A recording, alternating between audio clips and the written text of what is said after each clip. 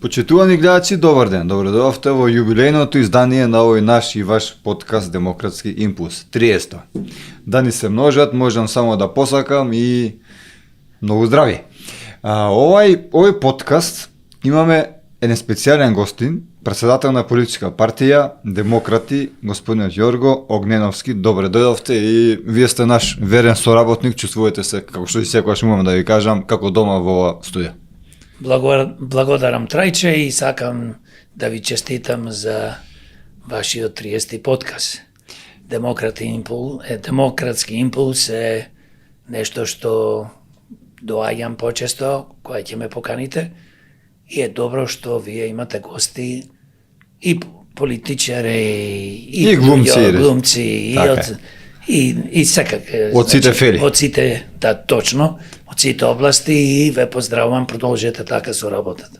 Ви благодариме. Господин Јорго, првото прашање би сакал да ве запрашам околу Британија, нашите односи со Велика Британија. Еве, како, кажете ми вие, како од еден договор за соработка прерасна во кредит? Па видите, стратешко партнерство, поточно така. Да. Премиерот Мицкоски изјави со владата и со министрите, но тоа е невидена лага измама.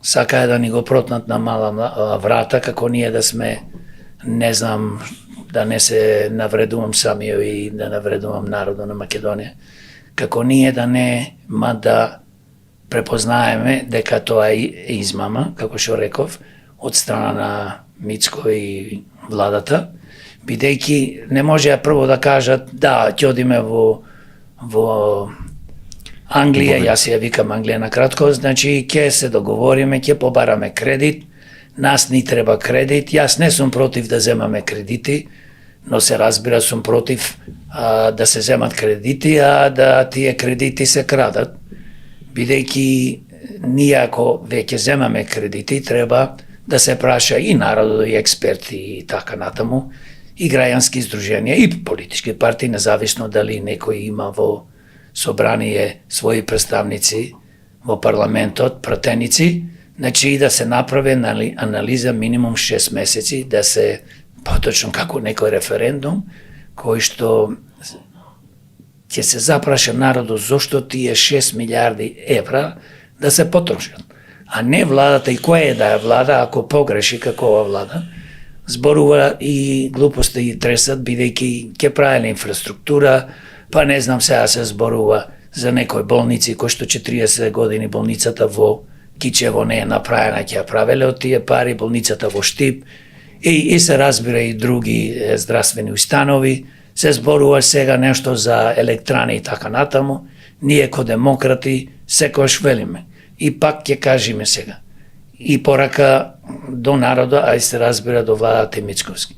Значи, нека сватате на работа, дека овие пари што се земени за две причини. Значи, тие да ги се разбира распоредат, да можат одредена сума на пари да ги украдат преку тендери, и кога не го прашуваат народо, експертите, зошто да се разбира потрошат овие пари, како што кажав, ја секогаш ние се бориме за да бидат тоа продуктивни проекти. Ти можеш да направиш најубави патишта во Македонија. Со злато да ги покриеш, но за жал што се случува? Тоа е добро, без инфраструктура ние не можеме да функционираме. Но нас ни треба во мој момент, бидејќи економски сме уништени, нас ни треба во Македонија да се градат продуктивни проекти. Еве, примерно со електрани. Значи, ние гледаме дека имало вода, немало вода, за Чебрен, па нешто цело време приказни кажуваме, ќе градиме 2 хидроцентрали и така натаму. Пре луѓе, има други технологии, да не зборувам за сонцето, да не зборувам за ветер, да не зборувам за биоенергија која што се користи. Можем да кажем просто ѓубрето да се гори, па ако тоа се собира низ цела Македонија, можеме да имаме, значи, корис да произведуваме електрична енергија. Но имаме ние најсовремена технологија, каде што гледам и сега и Америка и други држави почнаа да употребуваат мали нуклеарни реактори кои што не експлодираат како порано големите. Значи не се опасни, можеме да градиме, дали тие коштаат 2, 3, 4 милиарди, тоа не е стварно битно, веќе ако земаш кредит, изгради нешто да биде во собственост на државата, во собственост на народот, а не да викаме ние некои други фирми да не ги употребуваат нашите ресурси, тоа зборувам исто и за рудниците, се разбира. Значи, ако треба ние да копаме, зошто не се формира една јавна приватна фирма со луѓе наши честни бизнисмени или странски со македонската држава, нека се експлатира одреден вид на руда, ама да биде тоа во наша корист, поготово зборувам за електраните. Можеме во земјоделството да изградиме помали, значи фабрики низ Македонија, ништо да не се фрла. Има тука многу работи што може да се изградат, значи парите ако веќе се земени, не се тие земени, тоа е еден процес кој што ќе се зема и за жал ние имаме голем проблем со ова влада. Прво вели дека направиле стратешко партнерство, тоа е најголема лага, се разбира, не е тоа ни договор, еден некој ајде да кажам нешто подпишале некој документ. Тоа е тоа. Второ, кредит. Па не можеш бе ти да земаш кредит, некој да ти рече ќе земиш кредит да не знаеш колку е каматната стапка. Кои се условите и до ден да се после месец дена и министерката за економија и владата Мицко кажуваат бајки. Не знаеме точно, како би не знаат.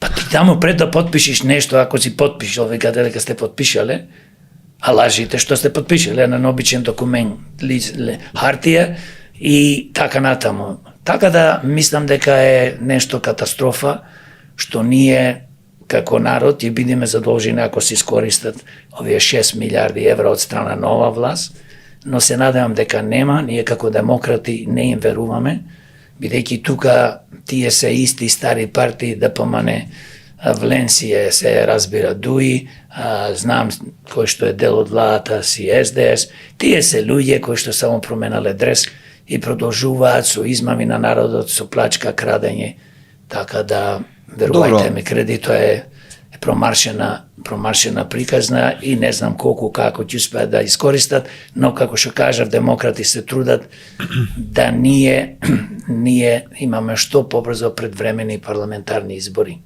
Би сакал да ја запрашаме, пошто спомнавте околу премиерот, околу не знам, за кредитот, за каматната стапка. Зар мислите дека е возможно премиерот да не знае навистина, дека не знае која му е каматната стапка или можеби не сака да сподели со јавноста? Види, сигурно тие требаше да се договорат за каматната стапка и за условите. Не можеш ти да преговараш некој да ти дава 6 милиарди кредит, сега зборуваме за Англија или банка, а да не знаеш кои се условите, за колку време, колку години ќе ги враќаш. Тоа е, што викаме ние, тој грейс период, каде што, например, вела за 2-3 години не мораш ништо да враќаш. Значи, сите услови треба да ги знаеш за да ти нешто подпишеш, да се сложиш. Ако тој ти каже и после каматната стапка ќе биде 8%, и ти, што?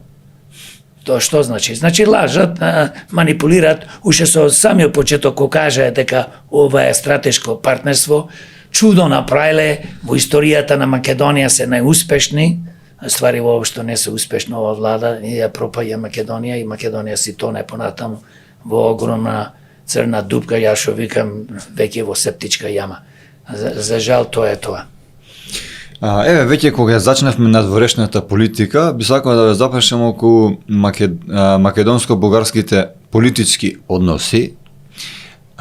често пати умеам да кажам дека нас бугарите како народ не ни се виновни луѓето, но политиката има малце застранета во однос на Македонија, нелогична би рекол јас. Еве имаше гласање требаше да има гласање во Европскиот парламент околу напредокот на нашата Република Македонија, но бугарските европратеници со своите нелогични барања и со своите амандмани тоа го закочија, би кажал. Што мислите вие околу оваа работа? Види, бугарскиот народ си е добар народ. Зборуваме за бугарските политичари, бидејќи гледаш тие самите помеѓу себе очи ќе се изват и не може да се сложат, на секој 3 месеци, 5 месеци менуваат влада и избори имаат. Катастрофа се како луѓе, зборувам бугарските политичари, државата, како Бугарија, бидејќи политичарите ја сочинуваат и ја креираат на државата. Значи, од нив, ние како македонци се зборуваме и другите граѓани во Македонија, македонски граѓани, независно од вера и религија, сите имаме огромен проблем, бидејќи не спречува да влеземе во Европската Унија. И покрај тоа што не спречува да влеземе од причини дека еве вие малцинството бугари што живее во Македонија треба да се стави во уставот и нормално не понижуваат со самото тоа непризнавање дека сме македонци, македонската историја не ја признаваат, јазикот и така натаму. Тоа е катастрофа.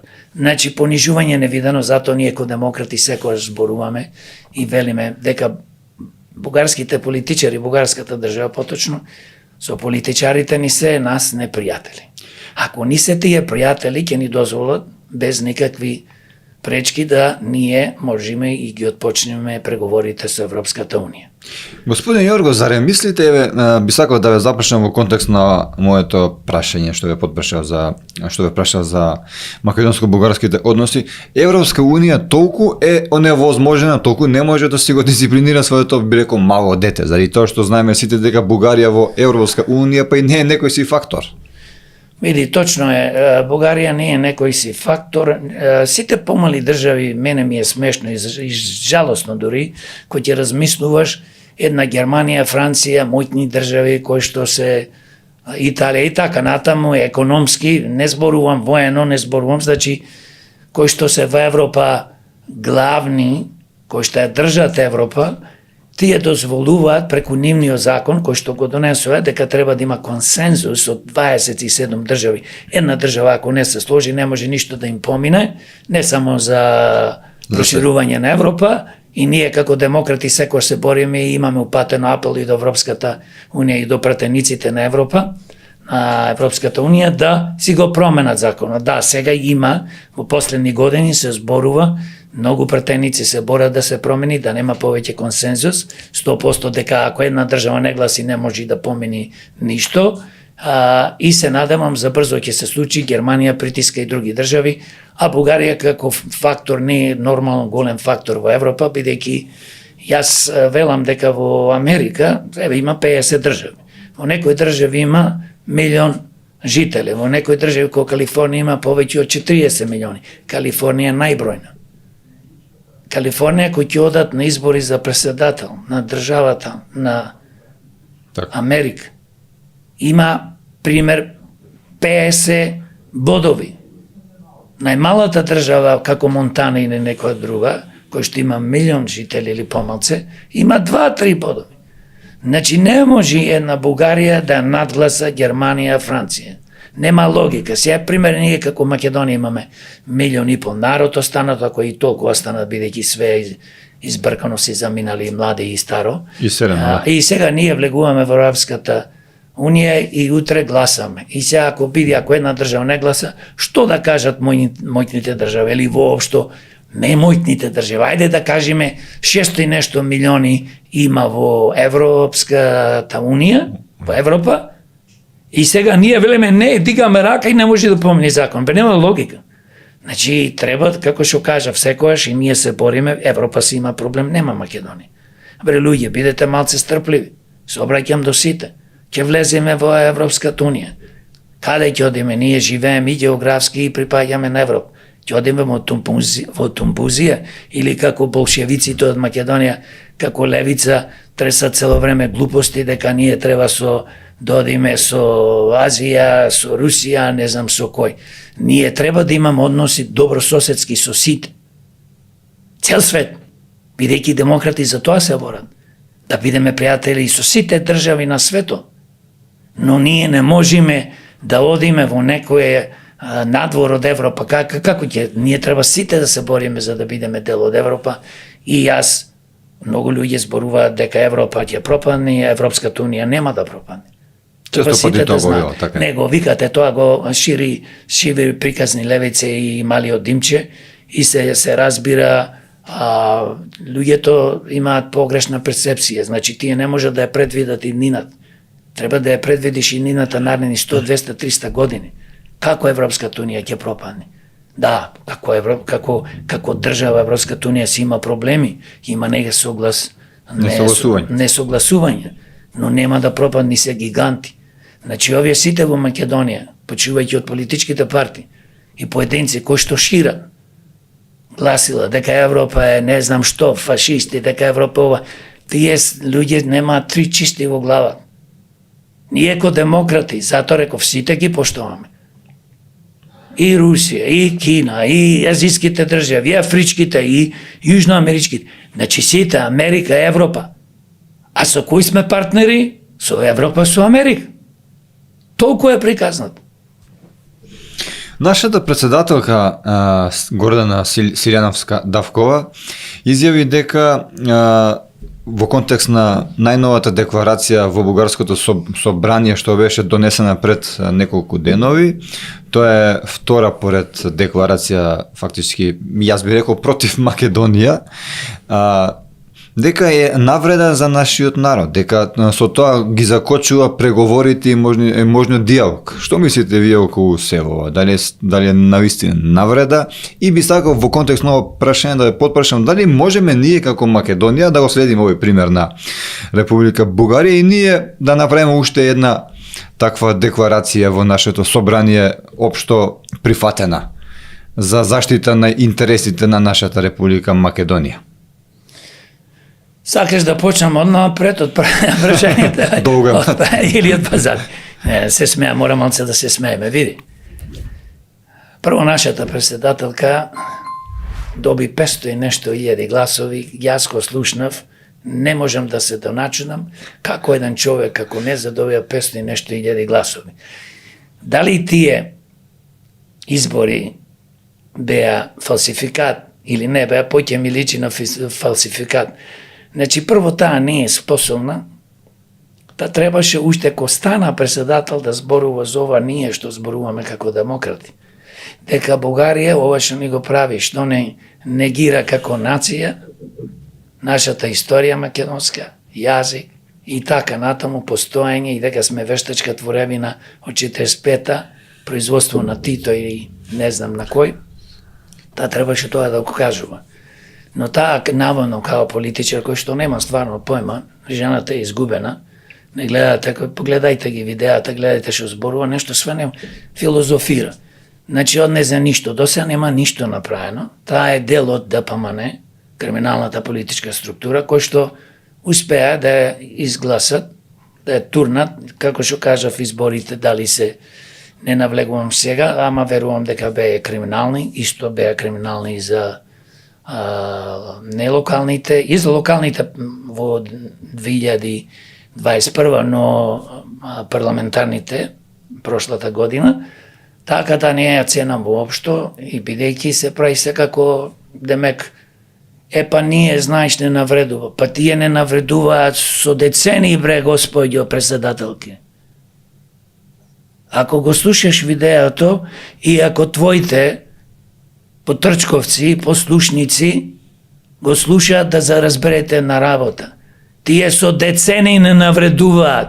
Ти сега се сети, па не ни треба во собрание да правиме декларација, да се докажуваме. Што бе да се докажуваме? Дека сме македонци?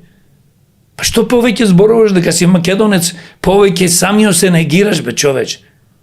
Што повеќе зборуваш дека хајде да се докажуваме, комисија имаме. Овие лоповите од ДПМН кои што дојда на власт со Влен и со Знам, пред тоа зборува не ни треба комисија некој од нив.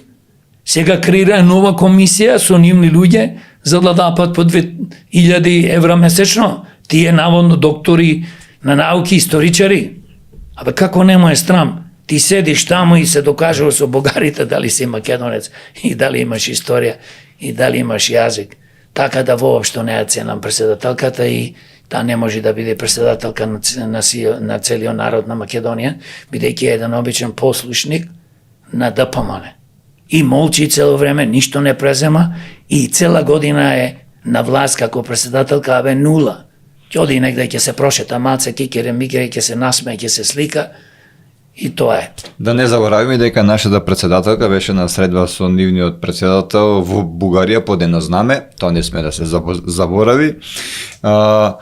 Дали мислите дека ваквите изјави на нашата председателка само им помагаат, например, на бугарите да имаат некој алиби, дали после ова би седнале на маса со нашата делегација? Нашата председателка е изгубена, ако беше кај папата, ве не се положе, таму немаше име на држава. Немало место, речи. Немало место, па и така надам. Туку тоа не е битно. Бугарите, во овој случај политичарите бугарски, не се битни, што мислат и како. Значи, јас зборувам за нашата председателка, дека ние со децении сме понижувани од бугарите и нема свој став да каже, бе нема што со нив да се договараме, преговараме. Остајте Европа што ти вика зборувајте.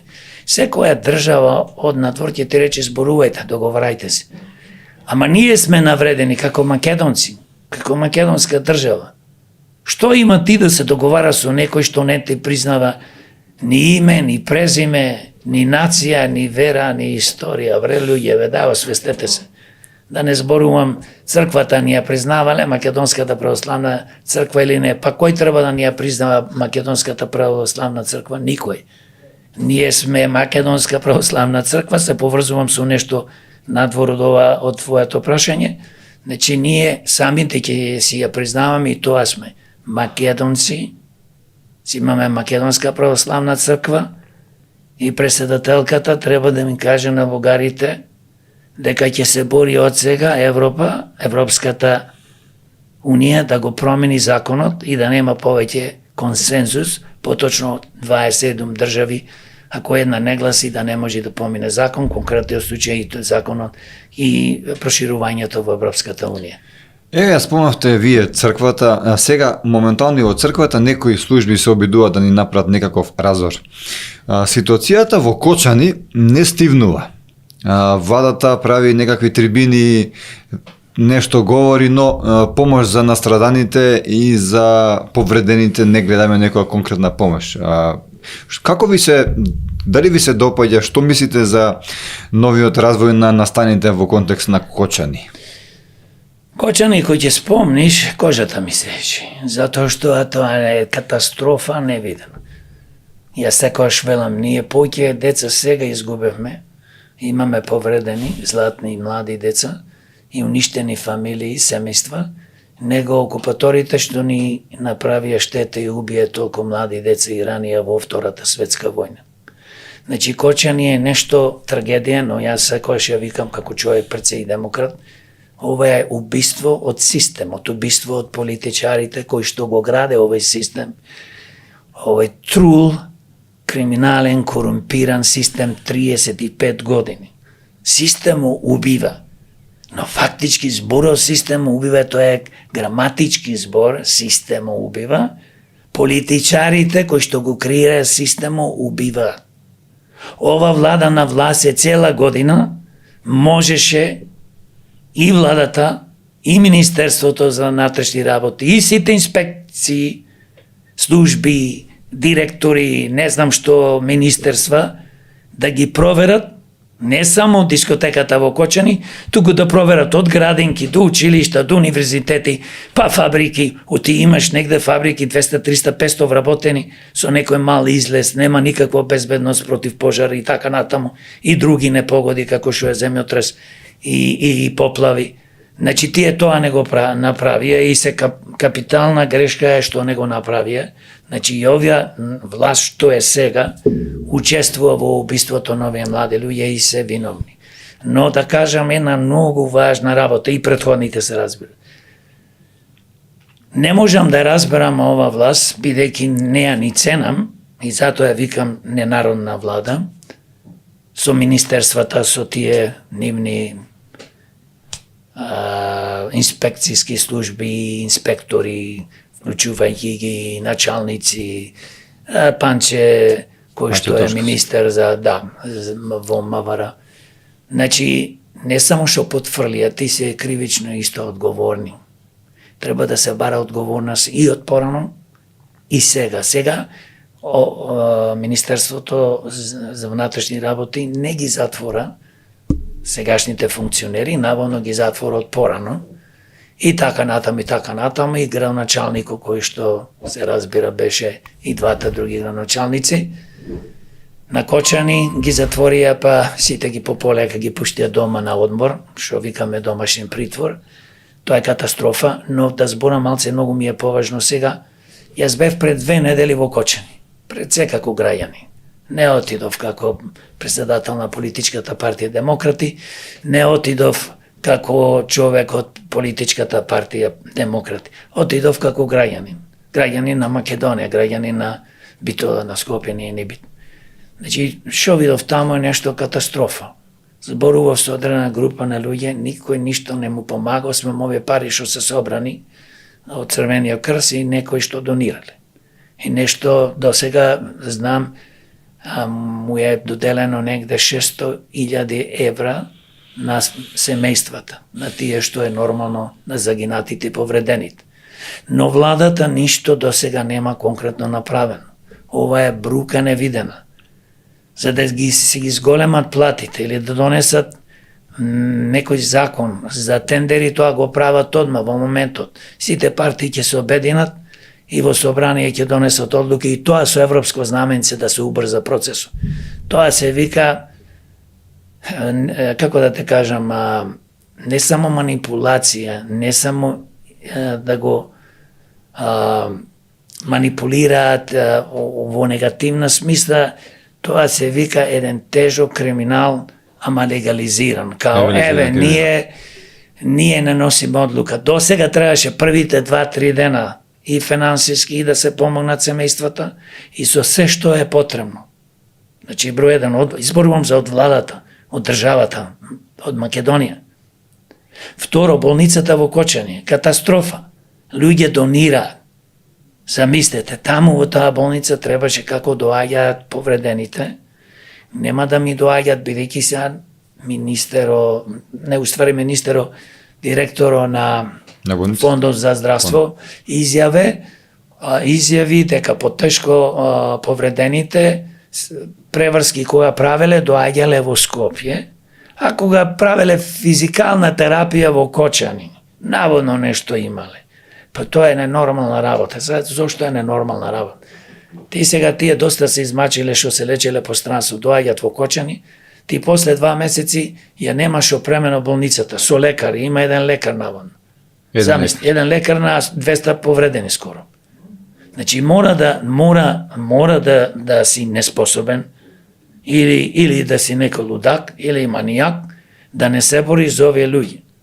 А такви ги има полно и во владата и во министерството.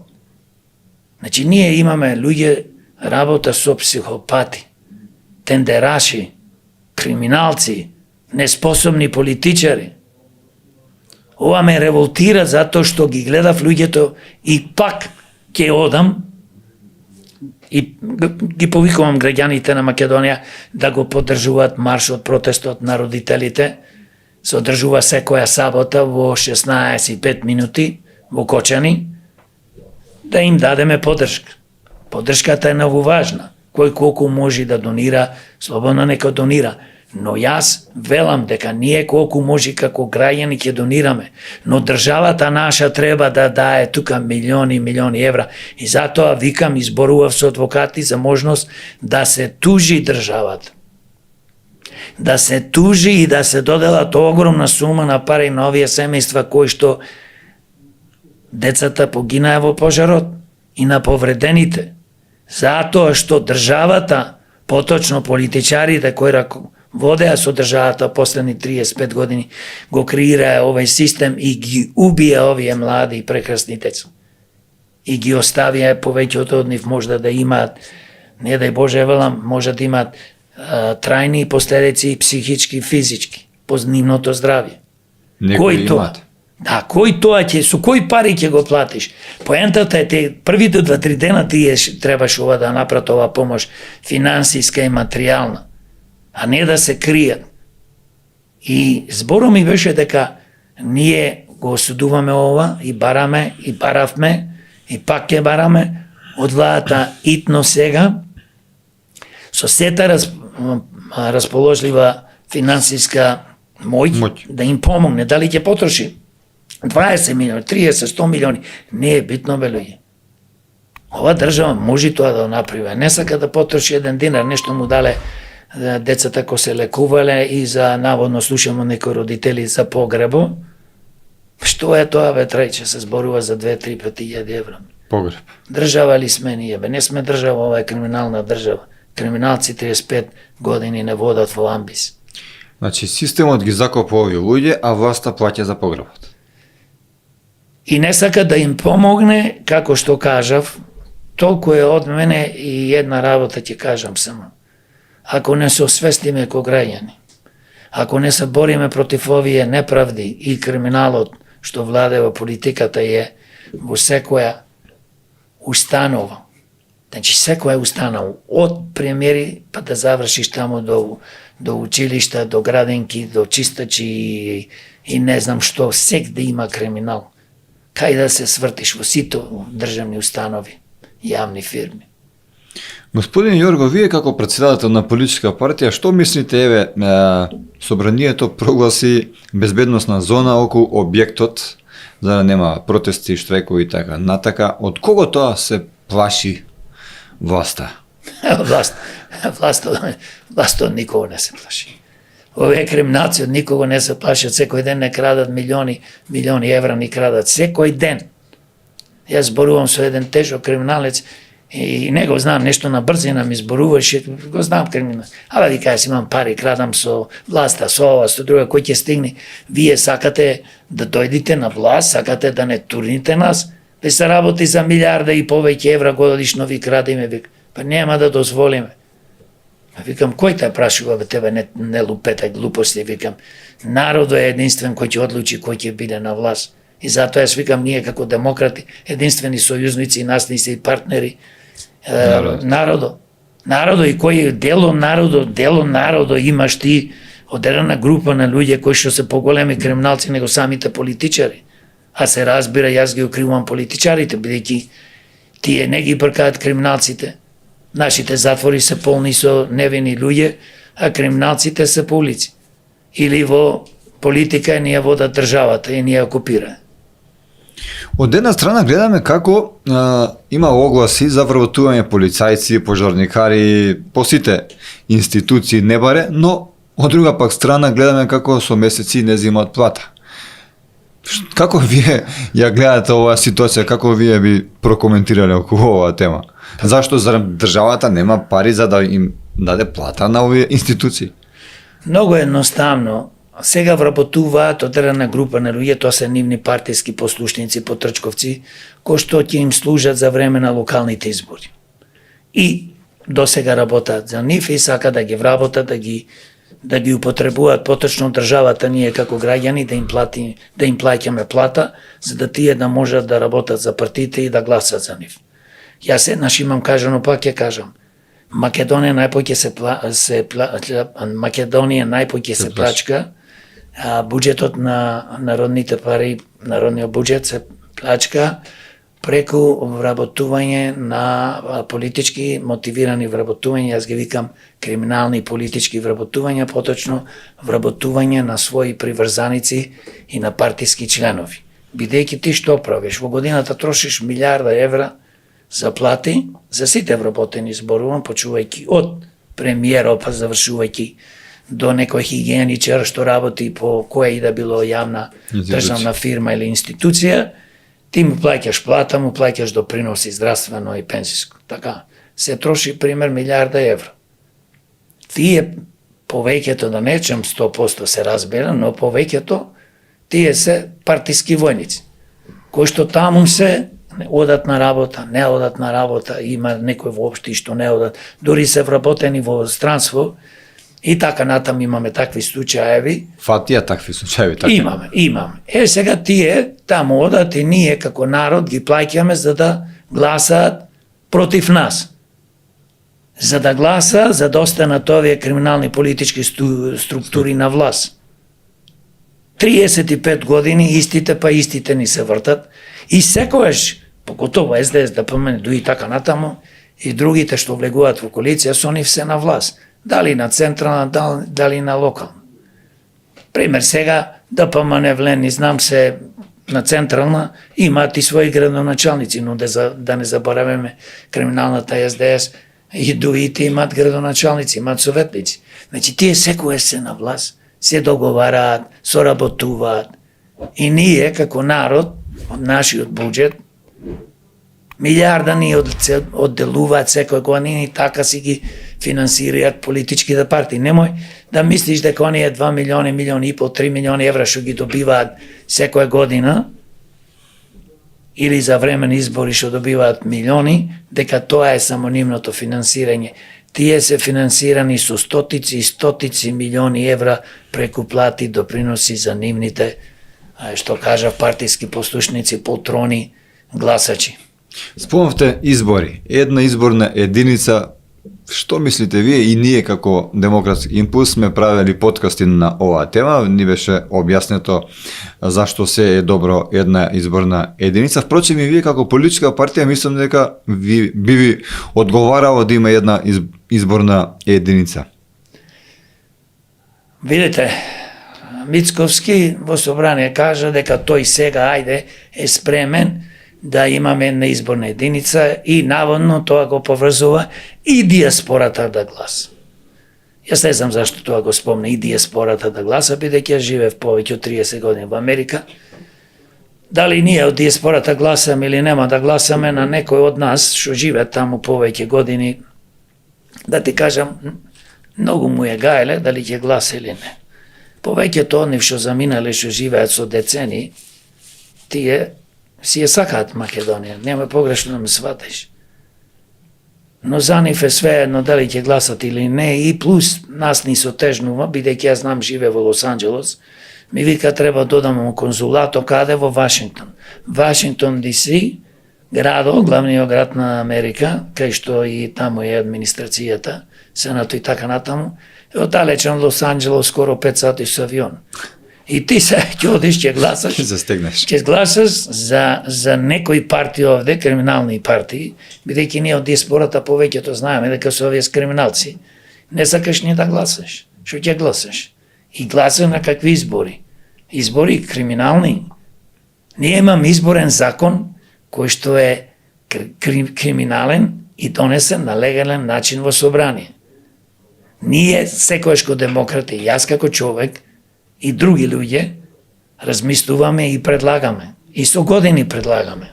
Значи, промена на криминално изборен закон. Тоа значи една изборна единица без праг.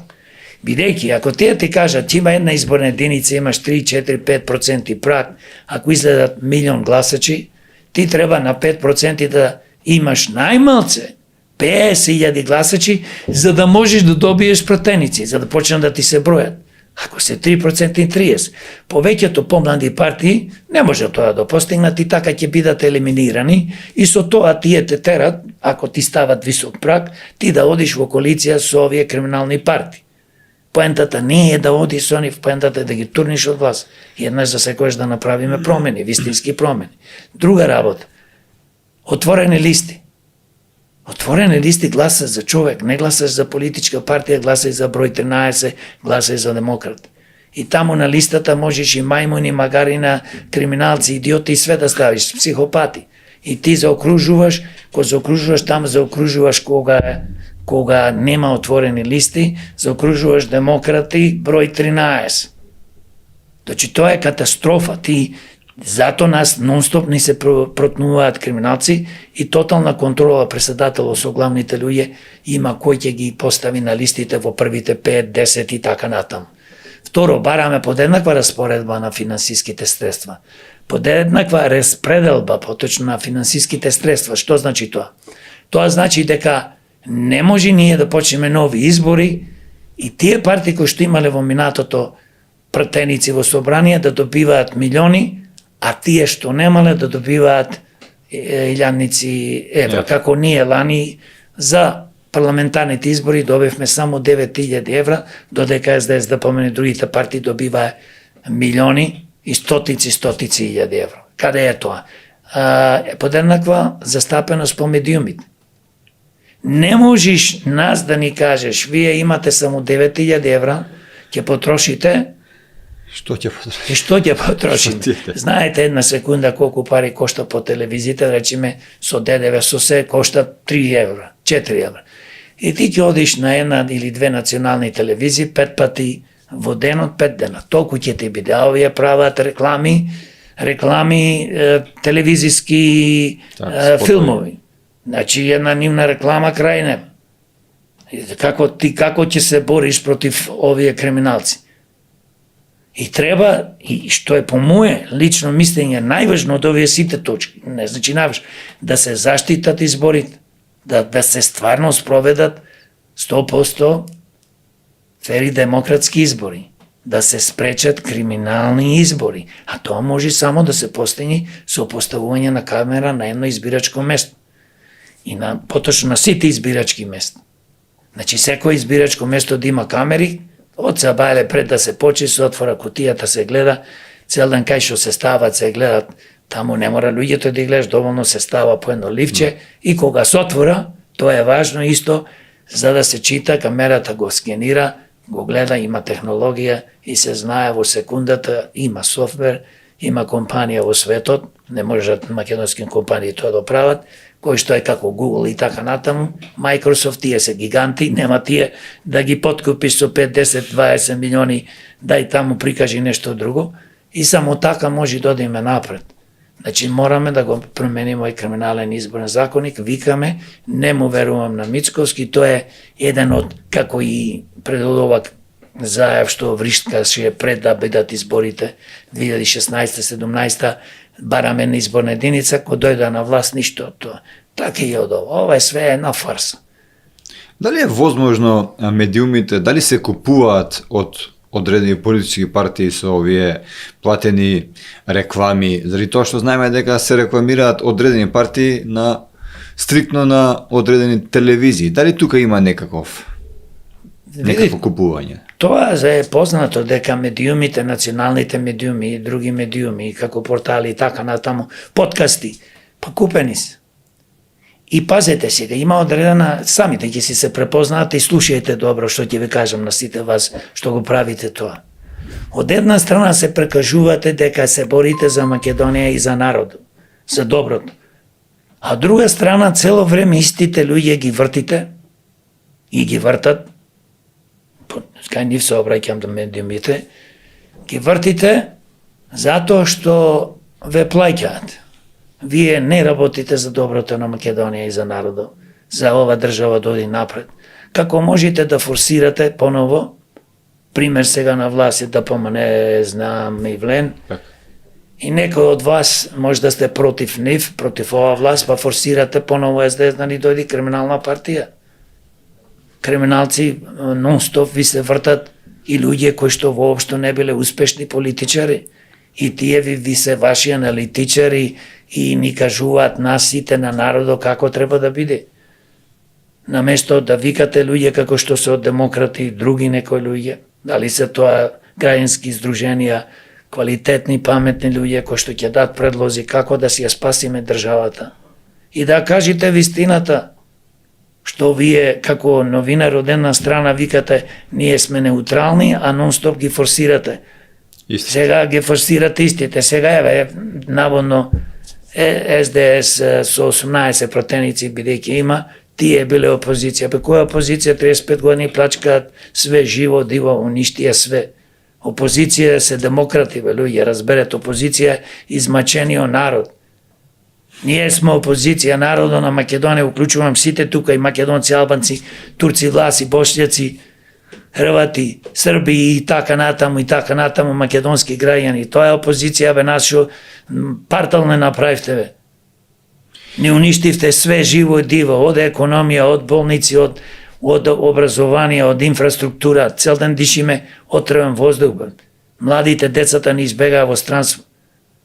Во овој контекст и често пати умеете да кажете дека чувствувате вие како политичка партија и како председател на политичка партија Демократи своевиден медиумски мрак. Освен ние и уште некои така медиуми немате некоја покана токму заради ова што го говорите. Што се случува со нашето судство? Беше пуштен Јаховски на свадба, доди во Турција, дали е ова некоја комедија, дали се спрема некоја представа, доди со пасошот во друга држава, во Турција, на свадба. Човек обвинен за отровен мазут. Па ништо посебно не се случува, суството понатаму се продолжува да има доверба -0. Не може повеќе по -0 да биде. Има тешки криминалци помеѓу судите, јавното обвинителство и во полиција се разбира, но има и квалитетни суди, јавни обвинители и полиција, кои што јас секогаш ги повикувам да се дигнат и да зборуваат како јас што зборувам како демократи и како народ. Да ги кажат сите овие корумпирани колеги, суди, јавни обвинители. Бидејќи јас ако сум судија, во кој да било суд, јас ќе ги кажам. Бре, овие луѓе проверете. Се занимаваат со ова, по име и презиме. Ако имам, се разбира, докази цврсто, ако немам, пак ќе кажам. Луѓе постои во судо наш толку и толку многу криминал, во полиција постои. Не е битно дали си начелник, дали си заменик начелник, дали си полицаец. Бре, луѓе, бидете со народот. Вие поштени суди, полицајци и јавни обвинители. Доста изигрувате невини луѓе, као ние сме добри, не се занимаваме со криминал. Станете еднаш да промениме, дигнете го гласо. Дојдете, приклучете се во Демократи, приклучете се во Отпоро, што викам, во фронтот за спас на Македонија. Гласајте на избори, зборувајте со луѓето. Ја знам дека е све корумпирано и тешко е да се работи, но не смееме да се плашиме од никого. И граѓаните исто. Престанете да гласате вие што гласате за овие криминални структури. Па тие крвта ни ја испија, бе. А ни ги уништија фамилите, ни избркаја децата. Што сакате, не сметаат ретардирани, бре. Затоа што вика, види што му правиме нови луѓе, пак тие гласат за нас. Во државната лотарија, еве кога сме веќе кај криминалот, имаше индикации за голем сторен криминал, но Артан Груби сите знаеме како заврши, пребега со директорот Прпарим. Дали гледате некаков можен епилог на овој случај или можеби како што велат се роди гуштец, се тресеше гората. Се тресеше гората, се роди гуштец. Господине Трајче, една работа треба да знаеме. Премиеро Мицковски избега пред многу години, има азил. Премиерот Никола Груевски. Извини, Мицковски, да, се извинувам. Никола Груевски избега, има азил во Унгарија. Никој ни зборува, ни сака да го врати. Артан Груби исто избега. Избега и други функционери. И Ковачевски. И Ковачевски се разбира, кој што беше директор на ЕСМА, на електраните на Македонија и така натаму. И други луѓе имат избегано. За мене, не, тие сите се пуштени. Пуштени да избегат. Бидејќи тие кога крадат, сами не крадат. Значи, тука се поврзани и од други политички структури и партии, луѓе. Значи, делат пари секогаш. Пример, ако некој велиме, еве, сега конкретниот случај во Чаир, се дивоградби се Да, и за тоа има легализираат, точно. па сигурно и за, само да спомнам, Така. и за други места, и земаат многу пари. Се работи за милиони евра. За некој да му на огромна зграда да му легализираш, ако си градоначалник или нешто друго, па за 5, 10, 50 илјади евра нема да му легализира. Се работи за огромна сума. Што мислите вие, владата кој што е на власт, ова или претходната, Не го знае ова. не го знае ова. И ќе му дозволи стварно на некого гостива, битола, чаир, Драчево, не е битно каде, Велес, тој да прави пари, а ова власт и тие главните во што се и во полиција и во судо ништо да не прават. Ма луѓе, тоа е све корумпирано, све е поврзано. Се овие луѓе пуштени и затоа не ги ни бркаат и ги забораваат. Но ние велиме како демократи, јас како човек, ако сакаме, ако народо размисли малце подлабоко и престане да гласа за овие криминални структури и почни да гласа за демократи, ние кои ќе дојдеме да ја менаџираме државата, све ќе вратиме живо диво. А не да се крие некој во Чиле, ако сака нека се крие не знам каде во некоја, не знам која држава, не знам каква држава, колку и да е моќна, ние ќе ја вратиме со сила. Е така. Само така може закона. Нека знаат во Македонија која демократи ќе менаџираат со државата, дека овде ќе се работи и на чесен начин ќе се заработува и така државата ќе ни оди напред. Криминалот и криминалците поготово нека му мислат. Не гледате искрена желба кај нашата моментална власт да ги врати овие луѓе или мислите дека чека да се заборави? По ова власт некој од овие ги има пуштен Актан, груби пример, сега додека ова власт. Па видете, има одредена структура во власта која што е криминална. Не тука да не се занесваме. Во секоја структура, во секоја власт во последните 35 години има по некој криминалец. Не мора сите да се криминалци. Доволно еден, двајца, тројца. Ама тие другите, како што реков за судите, јавните обвинители, полицијата, кои што се честни, и во влада тако има честни, тие треба да се борат против овие криминалци, ако веќе не се толку. Но јас, за жал, морам да констатирам, повеќето се криминалци во повеќето влади и установи и така, зато ние пропаѓаме. Вие добро види, морам да признам економијата. А сте живееле во Америка долги години. Нашиот премиер вели дека сме четврта европска сила според економијата. Дали мислите дека ова е вистина, дали заради тоа што знаеме сите што се случува моментално во нашата држава, дали едно со едно впрочем не иде, но што мислите вие, дали има некаква вистина? Па, прво нема вистина во тоа. Ние никогаш досега не сме биле во развој во Европа четврти рангирани.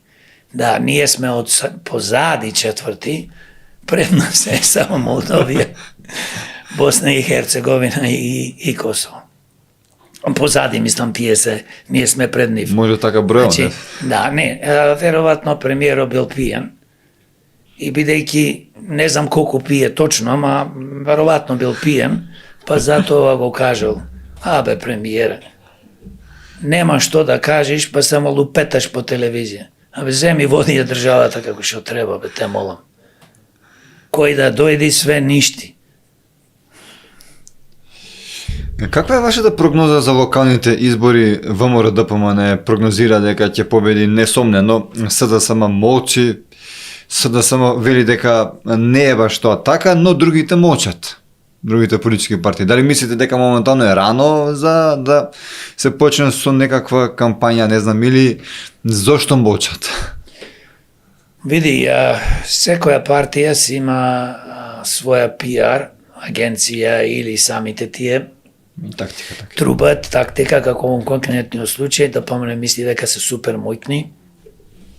Да, супер се моќни да контролираат Македонија, да чуваат под окупација, да плачкаат сек дека што можат преку тендери и така натаму, и да вработуваат своји партиски послушници, а другите луѓе нека умираат нека страдаат или нека бегаат во странство. Значи тоа ДПМН го прави и се фали дека наводно сите градоначалници во 81 општина ќе ги освоеле. Ни ќе ги освојат 80, во 80 не ништо, но тоа не е битно. Те имаат доволно број на градоначалници и власта ја држат на централно ниво, па година дена помина, ништо нема добро направено за Македонија. Премиерот зема кредит и 250 милиони евра му доделува на градоначалниците за некакви си проекти, патчина, тротоарчина и некоја градинка, за да ги подкрепи неспособните повеќето градоначалници од ДПМН и советници. Значи, ние точно знаеме, јас сум роден во Битола, живеам во Битола, живеаме во Скопје, живеам низ цела Македонија, просто кажано, бидејќи се движам. Сите градови, сите општини не се уништени. Негде ќе се направи еден кружен тек, некоја улица, одредена група на луѓе паѓаат во транс. А луѓето не само на месечина што отидоа, туку неверојатни технологии, имаат своји фирми, градат фабрики и произведуваат се и се што од најсовремени лекови до авиони, до коли и така натаму.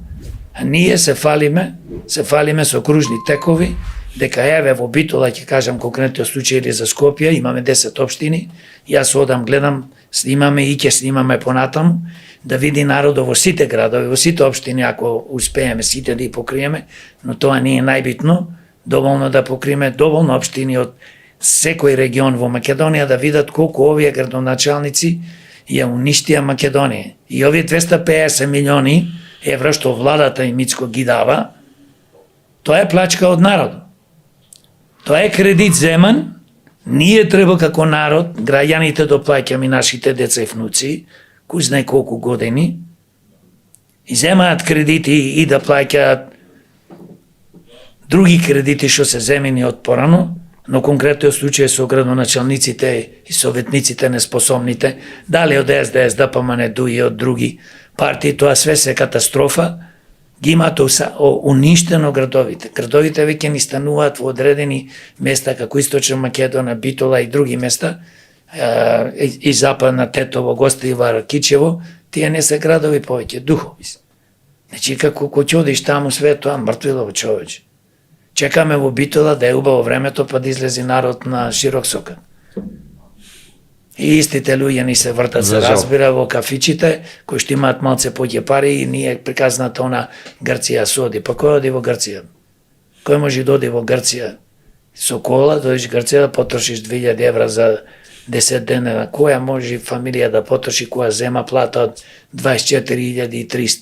И приказната, еве народот има пари, оди која Грција купува коле. Не е тоа точно дека народот има пари. Тоа 10, 15, 20% од народот тоа го прават. Другите сите си седиме дома, бре.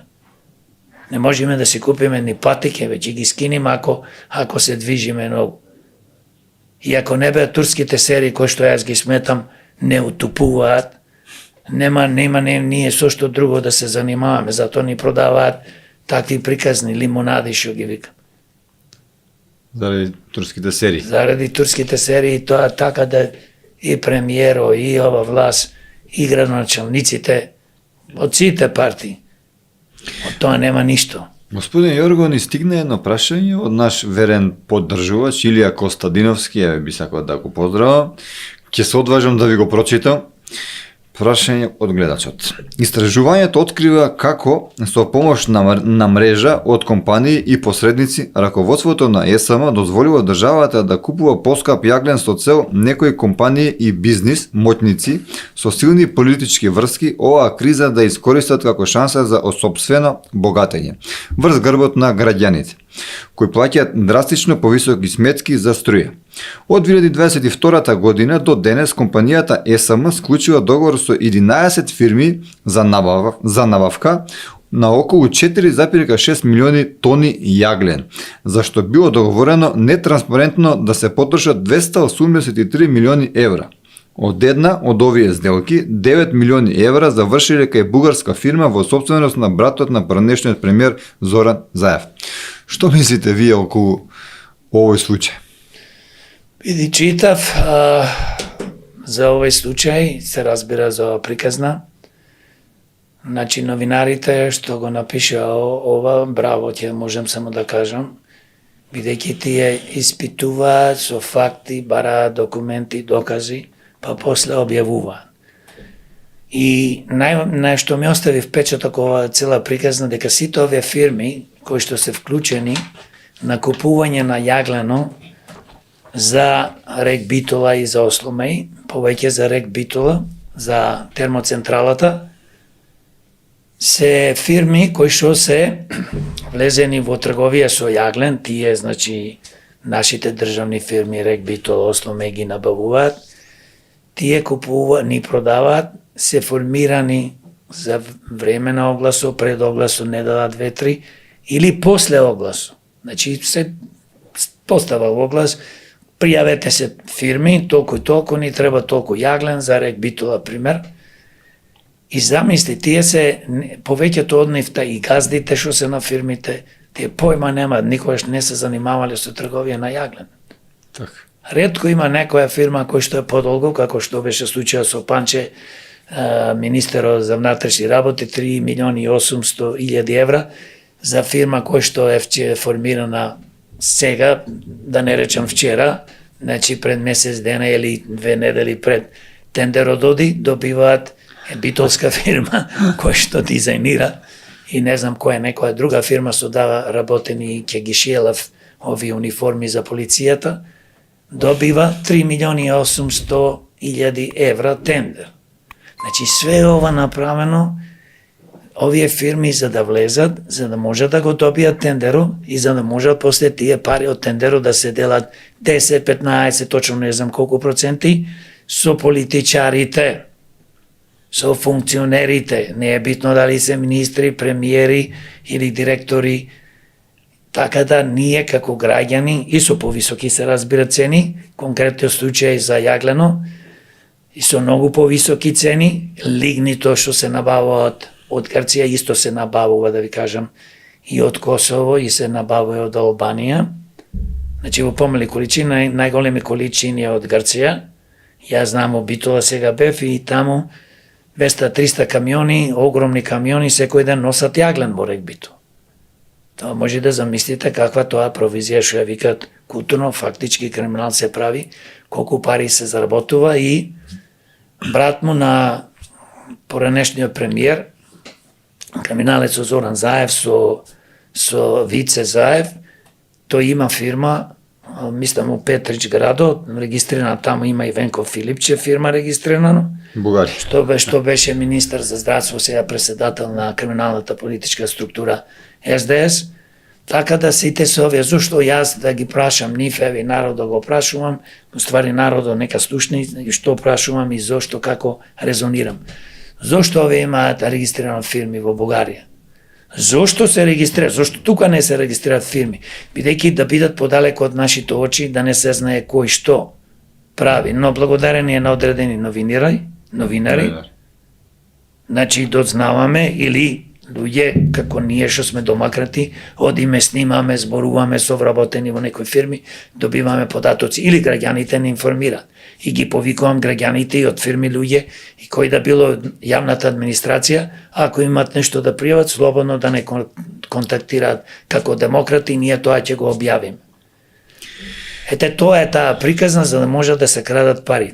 И тоа се случува во време кога беше ковид, криза наводно, нема во Македонија струја, и така да овие фирми се на луѓе кои што не само што немаат појма од увоз-извоз на јаглен, туку се формирани пред конкурсот кога излегол, за време на конкурсот и после конкурсот. Страшна работа ни се случува.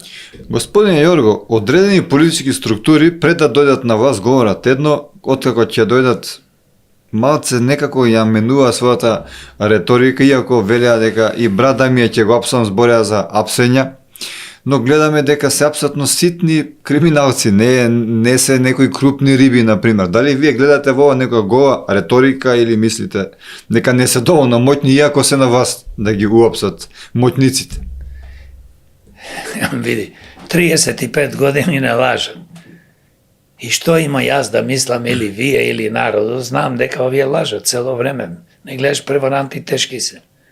35 години не уништија, со лажење доаѓаат на власт.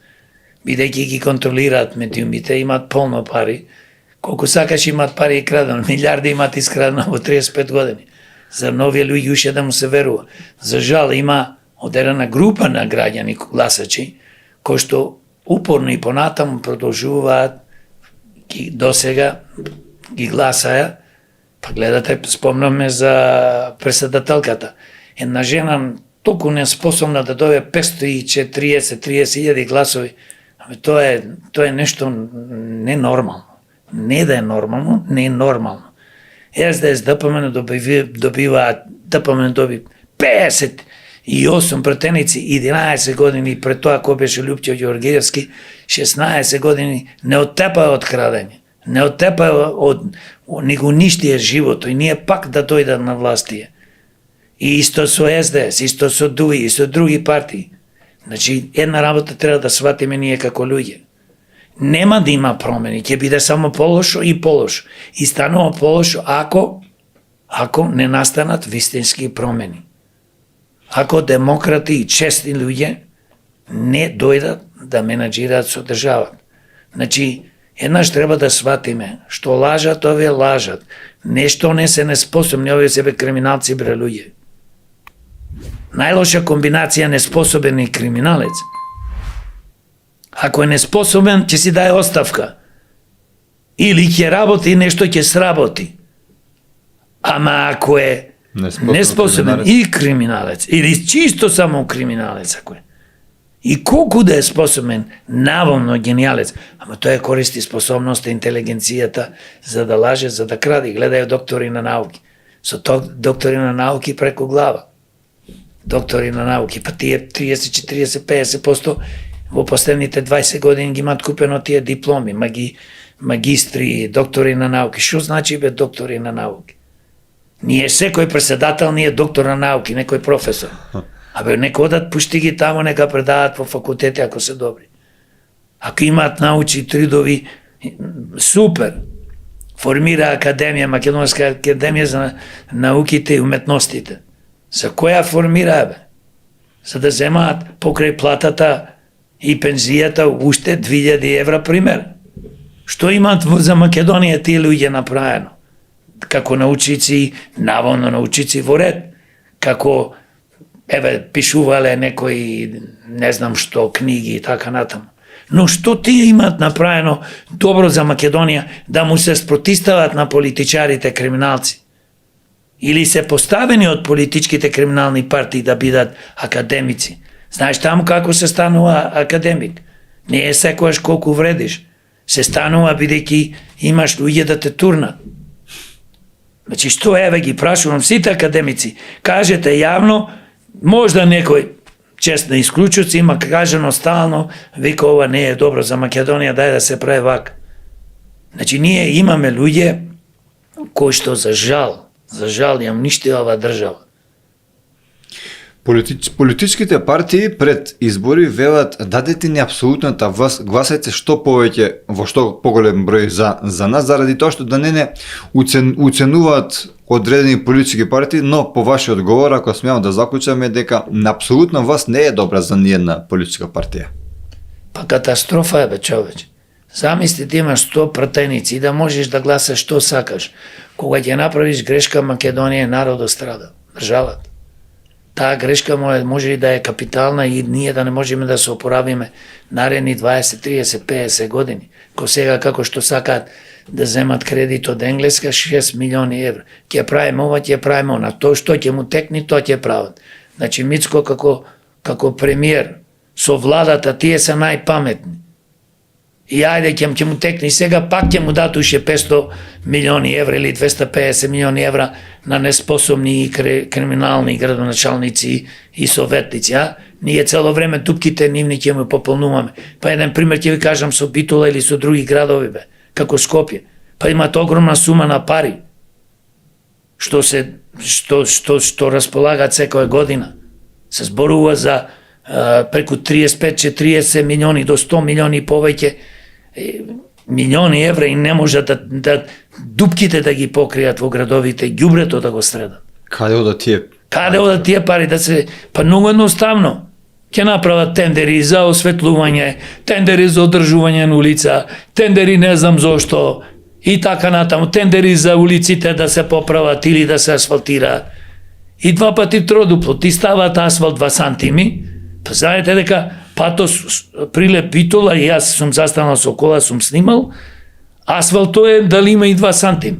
Се гледа кај што е изеден. Тенок. Абе не е веројатна работа како не крадат. И сега ние зборуваме, молим те, мислам, не можеш, едно само можам да кажам. Криминало е во секоја спора, во сите јавни фирми, многу градоначалници се криминалци, многу советници се криминалци, власта од министри до пратеници и така натаму до и председателите може да се занимаваат со криминал, исто може да се, како што имавме случај со Груевски, и така натаму имаме сигурно и други, Бучковски и така. И Бранко што направи катастрофа и во приватизација, мислиш тој не дојде до пари, само направи одредена група на своји пријатели, олигарси, што реков еднаш да знаат луѓето кои се олигарси. Олигарси се луѓе кои што остекнале богатството со плачки, со измами. А бизнисмени, богати луѓе се луѓе кои што честно работат и заработуваат. Такви за жал бизнисмени ги имаме се помалци во Македонија и затоа пропаѓаме. Дали има логика, например, овие денови на мала врата да ни се протне преку седмата сила, како што јавеват медиумите, дека во Македонија се спремаат можеби кампови за бегалците?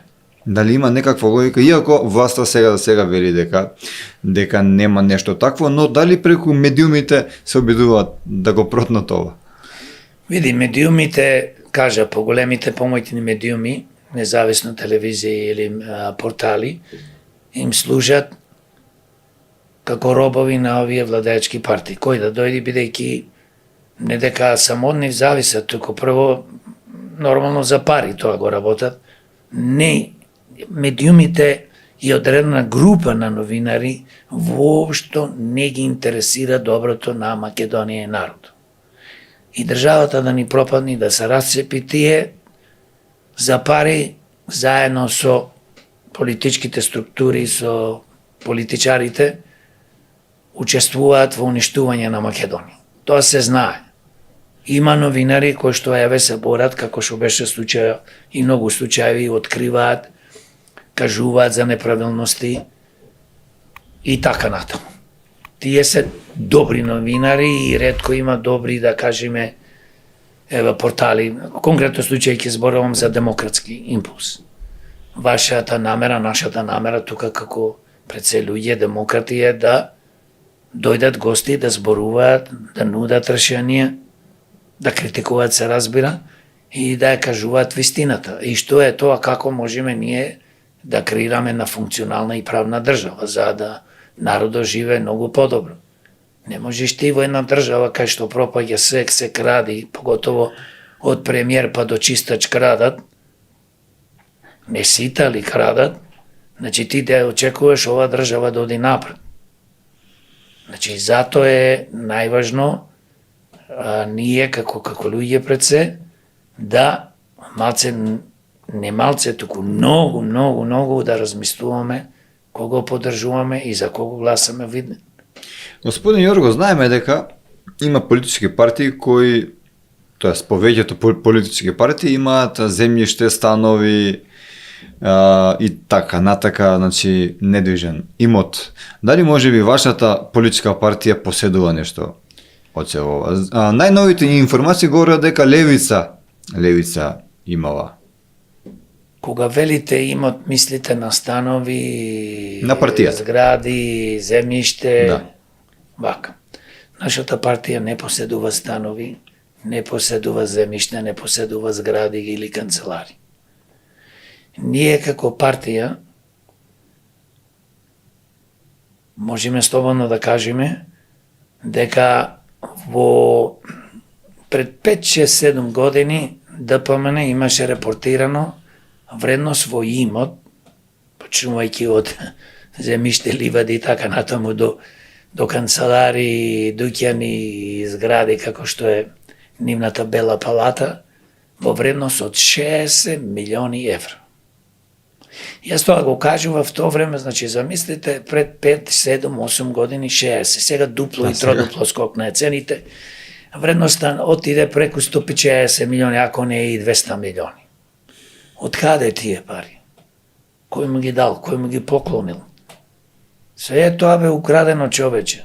Ако некој нешто му поклонил, тоа е малце.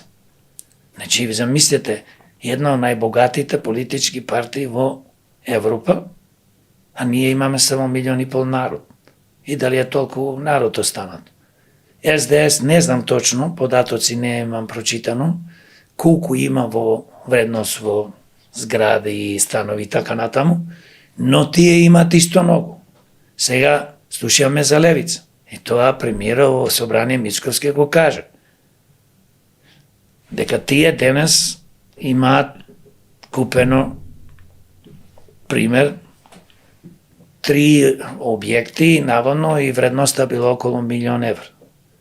А левица цело време е болшевичка, така се рекламира, комунистичка, јас што викам болшевичка партија, кој што еве се бори против капитализма, се бори против богатите, се бори против неправдата, а се бори за работниците. На кој начин? На кој начин? На кој начин? Од каде ти е стигна толку да имаат вредност, а постојат, не знам, 7-8 години, колку се 9 години. Затоа викам, малиот Димче е толку мал, бидејќи сака секогаш да го манипулира народот само за да дојде на власт. Седнал со националисти како Касами пред година и по 2 и ДПМН да прават коалиција да го туркат СДС и ДПМН, СДС и ДУИ од власт, зборувам за од прика пред 2 години, се стикале таму, почнавме ние да му пуштаме, еве ви Димче со кој се сликал, и тоа е против муслимани, тоа е против не знам што, бидејќи па и сега да не биде против, нормално менува правец, оди се слика кај Енвер Оџа на гробо и не знам што друго, сега промовира дека тоа е, дори може и ќе почне да промовира дека е проевропне, и така натаму, не знам кај тера човеко. Значи, јас него го прашувам од каде ти е толку пари, оденеш тој да почне да купува. А ова имање, а се рекламира дека е како болшевик, комунист и не знам што, и не тера ние додиме со држави кои што во тие држави владее тотална диктатура и нешто излегува све, покажува некои научни достигања на овие држави, гледајте колку се мојтни и демеквака, така видете. Тешко нас се овие луѓе. Зато ние критикуваме левица и ја кажувам вистината ствари. Не е поентата ние да ја критикуваме. Тие ако требаше да бидат кој што треба, ако беа кој што треба ствари, немаше ние да ги критикуваме, бидејќи нашата намера е да се здружиме со сите во Македонија. Значи со сите партии, ако се квалитетни, ако мислат добро на Македонија, да се здружиме и со граѓански здруженија и со граѓани, да го победиме ова зло, што го викам јас СДС, ДПМН, ДУИ, знам, влен. Сега знам и влен, нема ни знам ни влен, там има СДС и ДУИ, СДС и ДУИ, значи имаш во Македонија. Не постои знам и влен, постои ДУИ и знам, и сега во Македонија пак имаме. Што имаме? 3 партии, истите ни се вртат, партал не направи. И тука се уклучува левица, се разбира, со не се искрени и имаат зло намери само да се дојде до власт и тие после чудо ќе прават, ќе завладее некоја диктатура, чудо.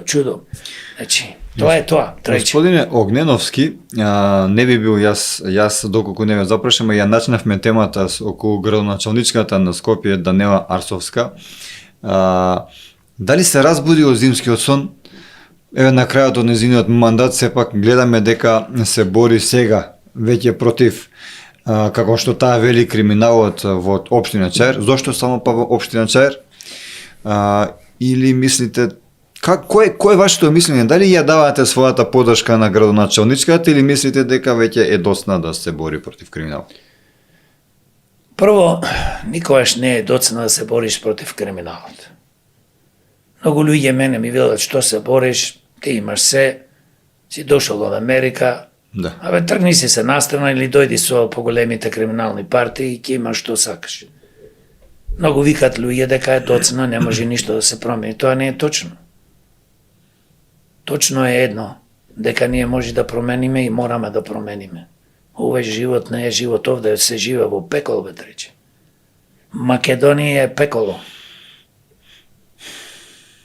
Македонија е прекрасна и убава земја, но во Македонија се живее како во пекол.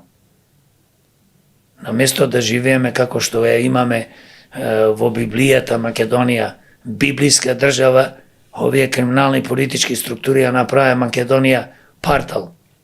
Цел ден зборуваат горда Македонија, ваква Македонија, ние за Македонија, а од тепа од крадење, бе трече.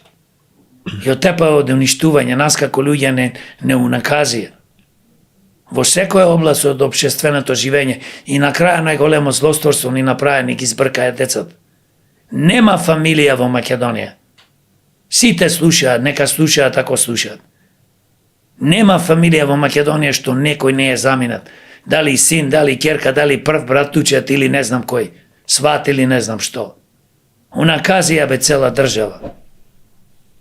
Зато реков, ја претворија во Македонија за живење во пекол. Ако смеам да заклучам, ја давате својата поддршка на градоначалничката. Не само што ја давам мојата поддршка, туку да објаснам за гледачите и за сите, дека противниците на Денела викат се разбудила од зимски сон, сега почнуваат. Тоа не е битно, бе трајче. Противниците гледаш како вешто го скренуваат вниманието од вистината. Знаете што е битно? Битно е што во Чаир постои тежок криминал. 150 во градби со документи. Битно е што градоначалникот се занимава со урбана мафија и организира најверојатно урбана мафија према податоците што слушаме. Не гледаме нешто од власта да и помогнат во однос на тоа. Прајче, ова е зборов. Само да ти кажам, те молам не ме прекинувај. Власта соработува со нив. На кој да му помогне? На Данела? Мене, ако ја кажам како таа што кажува. Па ние сме противници, Данела и јас, против власта. Власта е криминализирана. Власта не е апси тие што треба сите риби трче и апси. Зборуваме за катастрофата во Кочани. Кој апси? Зошто не ги апси овие сегашните функционери кои што стварно се одговорни? Ова се случи додека тие беа на власт најмалце 10 месеци. Може ја контрола да направат. Одговорни се и кривично одговорни се. Значи, зборуваме за убиство на толкова голема група на 62 млади, прекрасни граѓани на Македонија, млади деца. Зборуваме за скоро 200 луѓе повредени. И ти, ова треба да скапат по затвори до животно, бе. Илјадници луѓе, а не 2-3. Друга работа, само да докажам, за Данела Зова. Штом издагува со документи и штом покажува јавно, тоа е вистина. Но овие сакаат тоа да го прикажат. Сега му текнало, касно е, не бре трајче. Поентата, она што го реков, е важно затоа што нас ни е важно дали постои таму криминал или не. Постои. Не се работи само за Данела, не се работи за Чаир. Ние имаме тежок криминал во Гостивар, имаме во Битола, имаме во Тетово, имаме во другите општини. Но сега Данела зборува кај што може и тука нешто да докаже. Не може и сега да трча во Битола и да трча во Тетово и да докажува во Гостивар. Еве читав статистички податоци, Гостивар има чудо од диво градби, но има и кисела вода. Има и другите општини. Сега зборуваме за Чаир. Сек да има. Јас како демократ тврдам дека сек да има. Па оди по градовите, гледај што е направено. Катастрофа, зграда до зграда, една 10 спрата, друга 6 спрата, трета 4. Не се знај лево, десно, како е, што е. Собраќаен хаос. Вчера, само ќе те кажам, живеам јас во Скопје, како и во Битол. Так. Живеам во Карпош. Јас барав 1 сат паркинг да се паркирам. Имаше утакмица вчера фудбалска, знаеме. Македонија-Белгија. Македонија, Белгија. Честито за успехо, нерешено, тоа е добро. Значи, што се случи на македонската репрезентација и на играчите? Па ти да не можеш да најдеш паркинг сат и нешто. И како возам едно километар од около, возам, Прилепски, Битолски, Скопски, Тетовски, не е битно, сите добродојдени.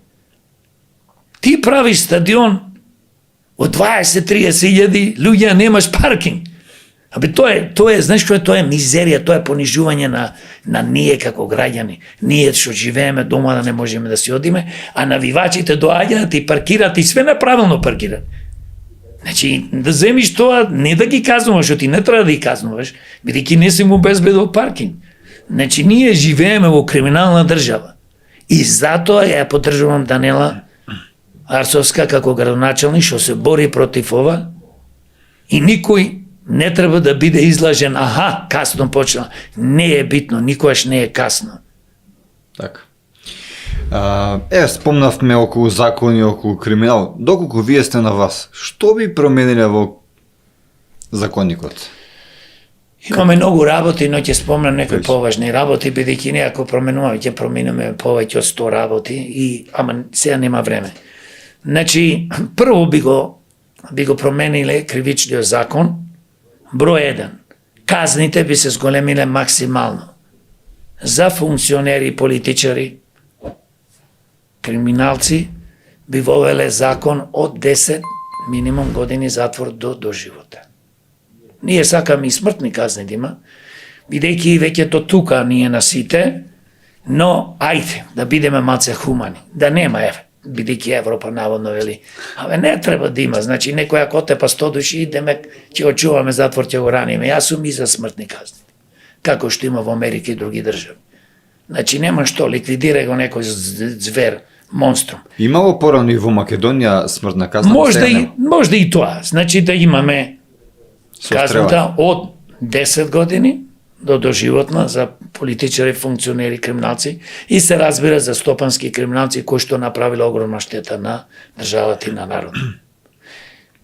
Да не застарува делата на политичарите, функционерите, криминалци, да нема амнестија за политичарите, функционерите, криминалци, да не застаруваат и кривично да бидат прогонувани кривичните дела на судите, јавните обвинители и полицијата.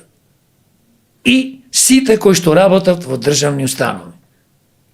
Дали е книговодител, работи во општина, проневерил милиони, ќе си лежи од 1 до 10 години, во зависност од делото. И да не застаруваат. Кај нас што стана? Беше закон о кривични од 1 до 10 години за злосторнички издружувања и луѓе што крадат пари од државата, направи од 1 до 3.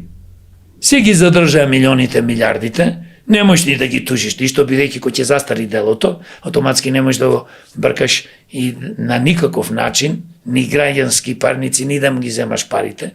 Тие се станаа газди, а ние сме сиромаси. И кој го донесе законот пред година и пол, во собрание го промени.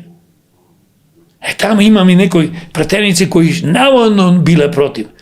Вие ако сте стварно против, кој ќе знаете дека сакате да донесат тој закон, веќе одигнете цел народ на улица, ќе го извајте да не се донеси тој закон, луѓе. А не гласавме, или воздржани, или отсутни, се кријат. За сите зборувам, 120 пратеници. Сите се тие криви, што дозволија, што не го алармираја народот, граѓаните пред 5 месеци, 10 месеци или и кога дознае за тоа. Број 2, што е многу битно, значи, во Македонија треба да се воведат казни. Значи, казни за овие домашни кои што си ги тепаат жените, мажите, ги малтретираат. Семејно насилство. Семејно насилство. По автоматизам, не вака, ако жената после пријави го тужи мажот, тогаш да го брка државата. Не. Кога ти им покажуваш физичко насилство или какво да е друго, со заплашување и така натаму, државата да може да те прогонува.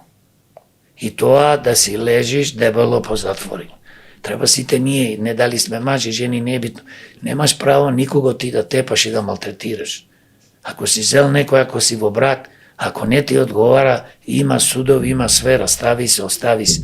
Зато има опција да ние можеме преку суд да се разделиме. Така? Така е. Значи, тоа би промениле. И се разбира што сакаме за нас лично е да се донеси закон за потекло на името. Одмah. Секој што направил проневери, што го стекнал богатството со криминал, кривично да се прогонува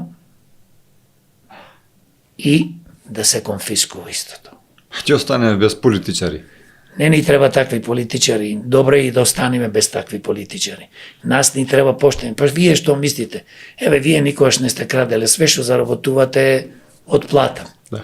Така? Да. Јас еве сум повозрасен од вас. Не дека само живеа во Америка и тука, кога работев, кога завршив економски факултет во Скопје, работев, не крадев јас од фирмата. Со трговија се занимавам.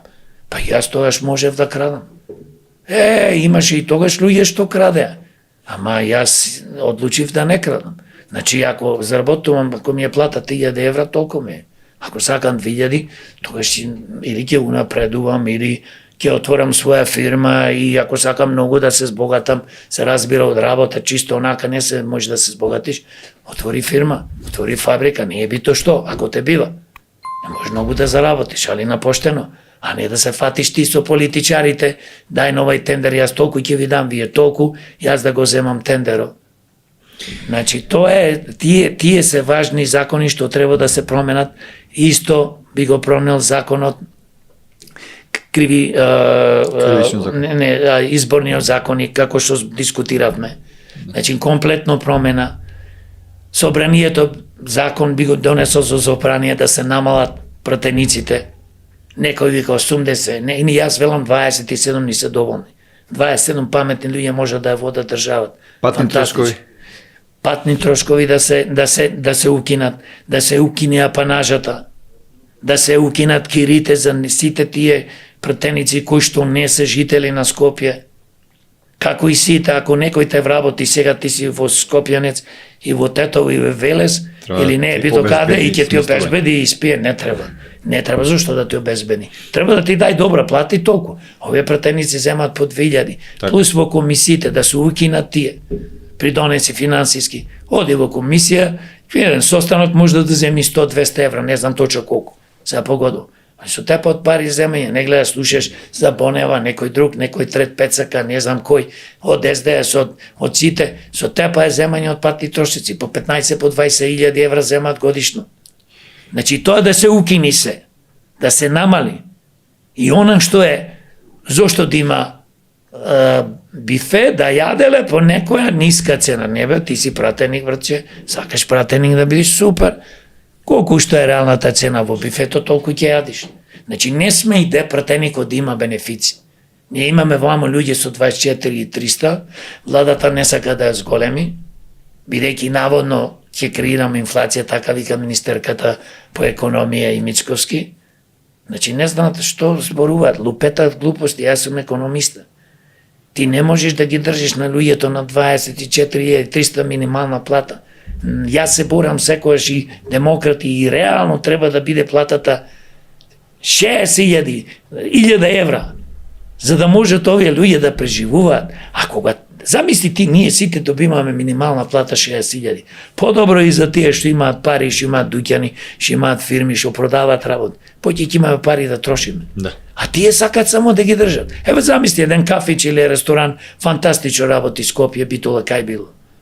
И прави пример по 5, 10, 15.000 месечно примај. И има 10-15 келери му дава минимална плата.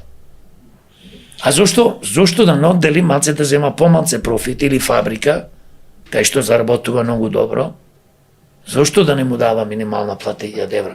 И тие луѓе, веруваме ми, ќе ги трошат тие пари. Пак таму во фирмата, ако произведува некоја храна, ќе купуваш храна така. Така е.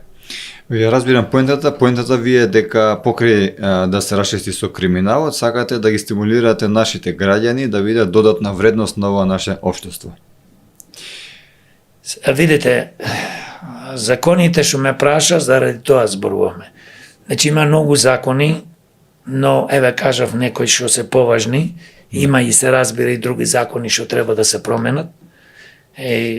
Се знае, значи ти оставаш полицаец, јас разговарав со полицајците, полицаец зема 35.000, заменик, командир или началник во полиција или началник зема 48 до 50 и нешто, со 25.000 години стаж, страмотилоци. И ти сакаш да имаш полиција кој што не ти е корумпирана, не се сите, се разбирам тие, дај му ти на полицаец минимална плата 1000 и нешто, купувај му ги униформите, ние тие купуваат, дај му топол оброк, дај му 2 недели годишно со фамилијата бесплатно да оди на сметка на државата на одмор во македонски летовалишта, да видиш како тие полицајци и ќе се борат, ќе речат државата се грижи, поточно народо, ние сме државата. Значи ние со ништо не ги стимулираме тречи. Но важно, тие се донесоа закони да им се зголемува платата нив секоја година. Пред година и нешто се зголеми 78%, па уште 10, 20, 30 и крај нема на тоа. Тие ќе дојдат еден ден проценти, ако го зборуваш, некој 2000 плата, некој 24 исто со пензите, проценти. Некој зема 70-50 и некој зема 18.000 пензија и викаш проценти. Не може во проценти да се зголемува. Значи, ако некој зема минимална плата, а јас велам, извини, пензија, а пензијата треба минимална, пример, да биде, ние се трудиме 30.000 минимум. И сега тој некој што заслужил бил не знам што и заработило супер, нека зема и 70. Ама не можеш ти од 18 и 70 во проценти 3% ништо да му се зголема. Овај 3% ништо. Овај ќе му еден ден тој ќе дојди до 200-300.000 пензија, овај ќе дојди до 30.000 пензија. И што е тоа? Тој што нема пак ќе нема, тој што има пак ќе има. Ба не, се бориме, види, како демократи ние сме сепак, ние го сакаме капитализмо, бидејќи капитализмо носи нешто што социјализмо, поточно комунизмо не носи. Капитализмот ги стимулира луѓето и ги унапредува квалитетните луѓе, квалитет. Син да му си на некој во фирма, тој ќе ти избрка или нема да те вработи таму, ако ти немаш квалитет. А во комунизмот се знае, сите исто да бидеме, како можеме сите исто. Јас да бидам хирург и да правам по 10 операции на ден или по 3, ти ни една или за да се криеш и пола пациенти да ти умират, иста плата ќе земам. Не може и така. Значи, треба да се наградувам и затоа ако сакам капитализмо, правио капитализам, не онеј, како кај нас капитализам. Што капитализам? Ние немаме капитализам, ние имаме криминално општество. Ова се вика, нашата држава е криминална. Господин Јорго, дојдовме до крајот на овој наш подкаст, сосема за крај би ве запрашал да ни дадете некоја ваша порака, дали имате да ни дадете порака до нашите гледачи, како понатака? Мојата порака е едноставно, секогаш зборувам и пак ќе зборувам. Ако сакате да се спасиме самите себе, нашите фамилии, деца, внуци, сограѓани, Македонија од ова зло што 35 години владе во Македонија, што секојдневно ни уништува, што ни се смее во очи и ни уништува економијата, здравството, образованието, животата средина, инфраструктурата, не води грижа за пензионерите, за болните, за луѓето со физичка и ментална попреченост, за немојкните, не води грижа за ова држава доди напред и само се интересира за свое добро, да можат овие злостори политичари кои што беа 35 година на власт, да можат да живеат со нивните фамилии, раскошен, расипнички живот, за да тоа се ние го спречиме.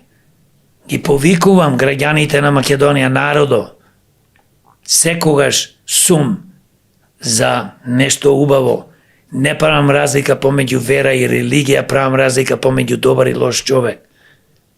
Ги повикувам сите честни македонци, албанци, турци, власи, бошњаци, срби и други македонски граѓани да ни се придружат од демократи во фронтот за спас на Македонија, за наш спас. И да креираме функционална и правна држава. И една за секојаш да му ставиме крај на корупцијата и криминалот. Ако тоа не го направиме, доаѓаат сега локални избори во октомври. Ние креираме, работиме на терен, сакаме да имаме листи за градоначалници и советници, честни луѓе. И ја користам приликата да ги повикам сите граѓани на Македонија кои што се честни од сите општини, да ни се придружат во Македонија. Слободно да не контактираат, можат преку нашата веб страница demokrati.mk, исто преку нашиот имейл demokrati.mk@yahoo.com и да бидат дел од нашите листи. Зошто ова го кажувам? Затоа што нас ни треба чести луѓе и само така ќе може овие злостори да ги турниме од власт. Друг спас ни нема. Ова што го кажувам ќе остане негде запишено. Ние сите вие како граѓани знаете дека единствен спас од злото е да се бориме против злото и да го победиме. А ние може да го победиме. Затоа што честните луѓе секогаш се борат на страна на правдата и за доброто. Честните луѓе не се себични.